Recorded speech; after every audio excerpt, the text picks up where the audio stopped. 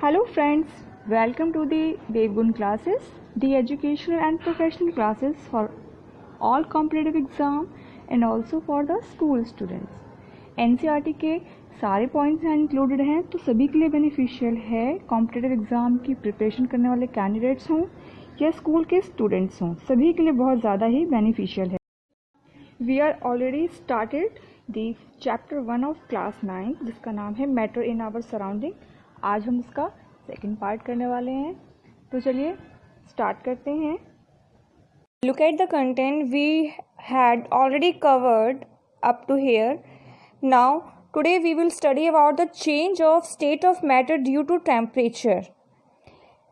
We will start from here. So, let's start our class. We already know that the matter have three states. One is solid, second is liquid, and third is gas. Now we have to study about the change in the state of matter.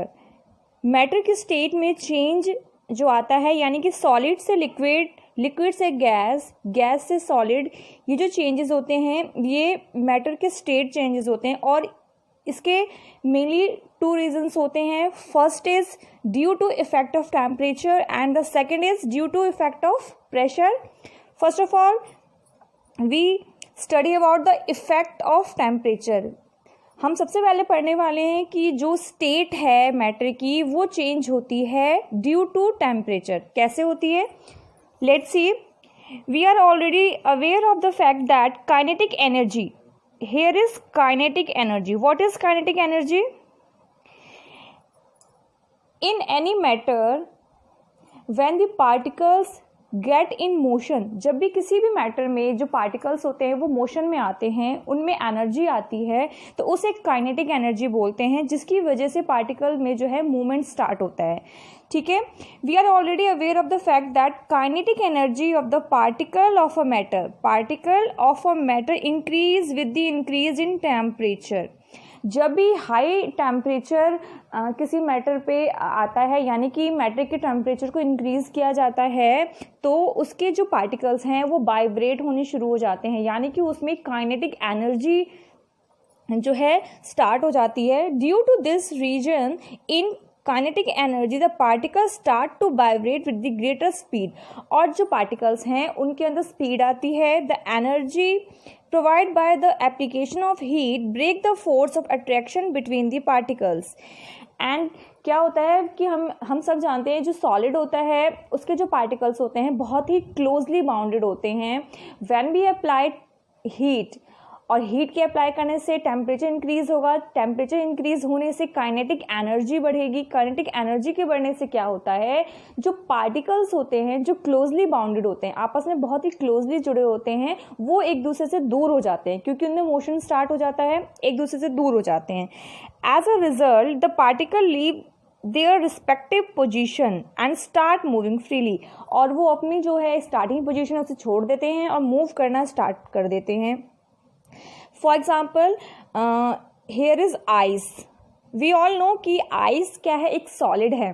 तो ice के जो particles हैं बहुत ही closely आपस में attach हैं, बहुत ही closely, no interspace between them.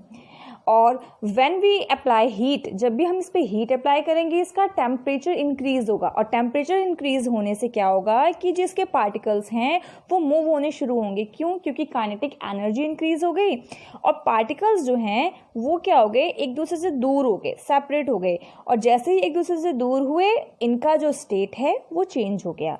अब जो हमारा आइस है, जो हमारी बर्फ़ है, वो बर्फ़ से पानी में कन्वर्ट हो गई. क्यों? क्योंकि इनके जो पार्टिकल्स हैं वो एक दूसरे से दूर हो गए. So this is called the change in the state of matter. यहाँ पे आइस जो है वाटर में कन्वर्ट हो गया. किसकी वजह से?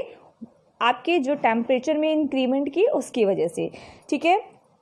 A phase is reached where at certain temperature solid get converted to liquid.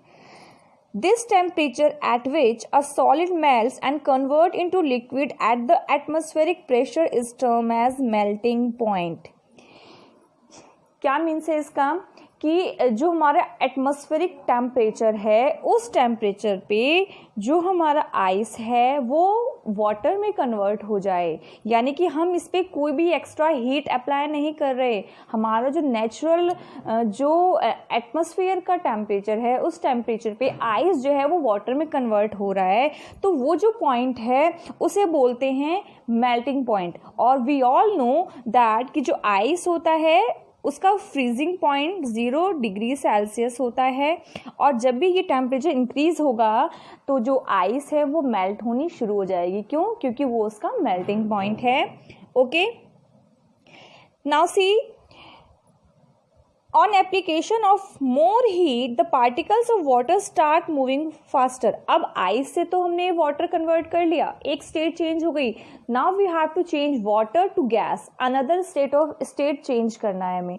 ठीक है, तो इसमें क्या होगा कि जब हम फर्दर उस पर हीट अप्लाई करेंगे और ज़्यादा उसका टेम्परेचर इंक्रीज करेंगे, तो जो लिक्विड के जो पार्टिकल हैं जो लूजली बाउंड तो होते हैं, बट जो गैस के पार्टिकल्स होते हैं वो बहुत ज़्यादा ही लूजली बाउंडेड होते हैं, बहुत ज़्यादा ही दूर दूर होते हैं। तो क्या होगा, और हीट अप्लाई करने से जो पार्टिकल्स हैं और वाइब्रेट होना स्टार्ट होंगे, और ज़्यादा मूवमेंट स्टार्ट होगी और एक दूसरे से और ज़्यादा ही वो दूर हो जाएंगे, जिसकी वजह से क्या होगा कि जो लिक्विड है, जो हमारा वाटर है, वो गैस में यानी कि वाटर वेपर में कन्वर्ट हो जाएगा। ठीक है, क्योंकि सॉलिड से जो लिक्विड होता है उसके पार्टिकल्स लूज होते हैं, बट जो गैस होता है उसके पार्टिकल्स और ज़्यादा ही लूज होते हैं, एक दूसरे से सेपरेट होते हैं। ठीक है, इसीलिए हमने जब फर्दर हीट अप्लाई किया तो इसका जो है स्टेट फिर चेंज हो गया। ठीक है, तो जो लिक्विड जो है एटमॉस्फेरिक टेम्परेचर पे, यानी कि जब हम कोई भी हीट अप्लाई नहीं कर रहे हैं एटमॉस्फेरिक टेम्परेचर पे, जब वो नॉर्मल उसके टेम्परेचर में इंक्रीज किया जा रहा है तो वो बॉयल होना शुरू हो रहा है, और बॉयल होते होते वो गैस में कन्वर्ट हो रहा है। तो लिक्विड जो है उसको बॉयल होने के लिए 100 डिग्री सेल्सियस पे पहुंचना पड़ेगा, तभी वो बॉयल होना शुरू होगा। तो ये जो 100 डिग्री सेल्सियस आप टेम्परेचर बढ़ाएंगे वाटर का, वो उसका बॉइलिंग पॉइंट हो गया। यानी कि जब तक 100 डिग्री सेल्सियस का टेम्परेचर नहीं होगा, जो वाटर है वो वाटर वेपर में कन्वर्ट नहीं होगा। ठीक है, तो this is called boiling point. Here is water, when we apply heat water become water vapour. Okay, क्योंकि इसके जो पार्टिकल्स हैं वो उनमें काइनेटिक एनर्जी और इंक्रीज हो गई, और वो और ज़्यादा एक दूसरे से लूज हो गए, और उन्होंने अपना स्टेट चेंज कर लिया। ठीक है, तो ये आपका था boiling point. Now latent heat of fusion. What is latent heat of fusion? During the melting of solid the temperature remains the same. जब आपका सॉलिड मेल्ट होता है, मीन्स आइस मेल्ट होना शुरू होता है, तो if you check the temperature of ice you will found it is still 0 degree Celsius.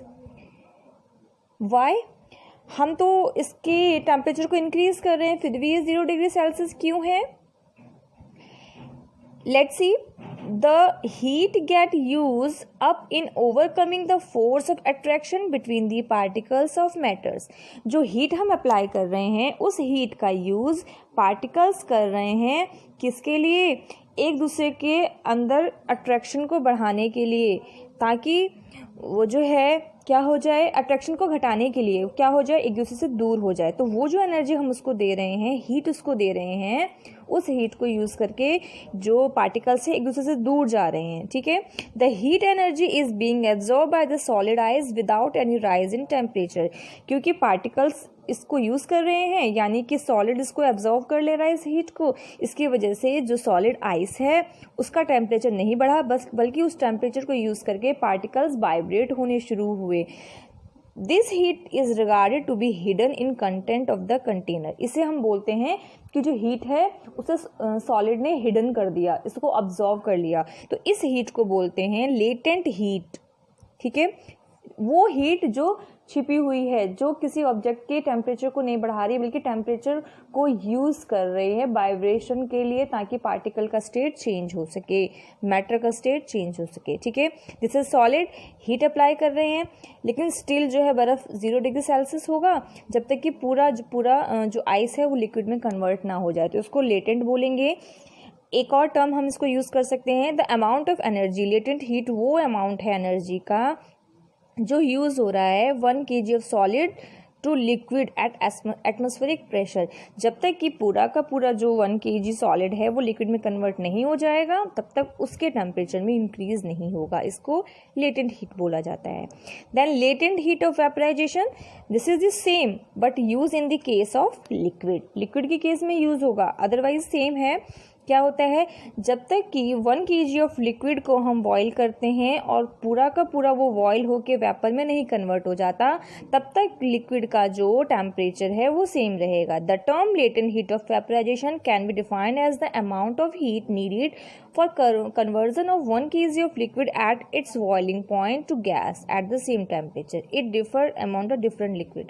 और क्योंकि वाटर का 100 डिग्री सेल्सियस होता है तो ये 100 डिग्री सेल्सियस ही रहेगा जब तक कि पूरा का पूरा वाटर जो है वेपर में कन्वर्ट ना हो जाए। अलग अलग लिक्विड का टेम्परेचर जो है बॉइलिंग पॉइंट अलग अलग होता है, तो तब तक उसका जो टेम्परेचर है सेम रहेगा, यानी एब्जॉर्ब कर लेगा लिक्विड। इसीलिए इसको हम बोलते हैं लेटेंट हीट ऑफ वेपराइजेशन, यानी कि छिपी हुई एनर्जी।